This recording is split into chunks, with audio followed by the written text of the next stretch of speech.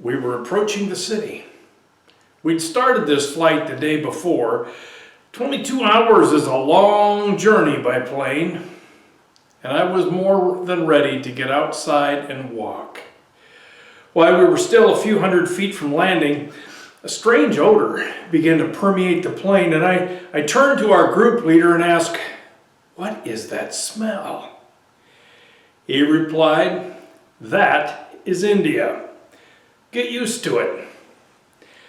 Well, I began to realize the odor was a stale curry smell, and I would no longer notice it in a day or two. It was the noise and the heat and the humidity of Hyderabad that was another issue entirely. At home, one might have a nose tickled by the aroma of barbecue or fried chicken or even French fries passing. But this was an oppressive smell that clung to everything. There was no freshness. There was no cool breeze. Just constant noise and heat and humidity and that smell. And this was the cool of the year in southern India. The biggest shock was yet to come. I had been in second world countries before, but I'd never seen this kind of sadness. A sadness that was a matter-of-fact way of life.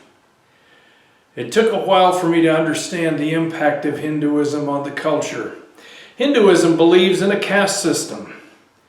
You can be no more than you were born to be. Half of India's population are untouchables. That means they were born outcasts, below the caste system. We came to minister to these. Many of them already had sparkle in their eyes that was missing from those of higher stations. After several days of interaction with locals, we discovered that these had faith in Jesus. They had hope. Now, Christians in India are careful about sharing their faith, since being a Christian could result in losing employment or worse. Only those who were part of the hidden community knew who its members were. They understood what Paul was referring to in the victory chapter of Romans. He said, "We know that the whole creation has been groaning as in the pains of childbirth right up to the present time.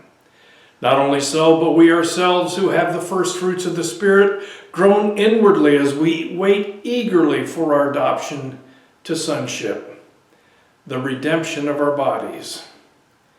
And we know that in all things God works for the good of those who love Him and have been called according to His purpose." American society is rooted in Christian culture. But as we move farther and farther from it, anger and frustration are replacing the twinkle that believers display. Anger and frustration are just one step away from sadness and despair. We can become so enmeshed in the post-Christian thought that we forget the truth of the gospel. I encourage you to read all of Romans chapter 8 as a refresher course in the good news of the gospel. Dr. Robert Schuller even wrote a book on the subject entitled, "Life's Not Fair, but God is Good." So let us not become weary in doing good. For at the proper time we will reap a harvest if we do not give up. That's Romans 6:9. Put a twinkle in your eye. Celebrate the goodness of God today. Bye-bye.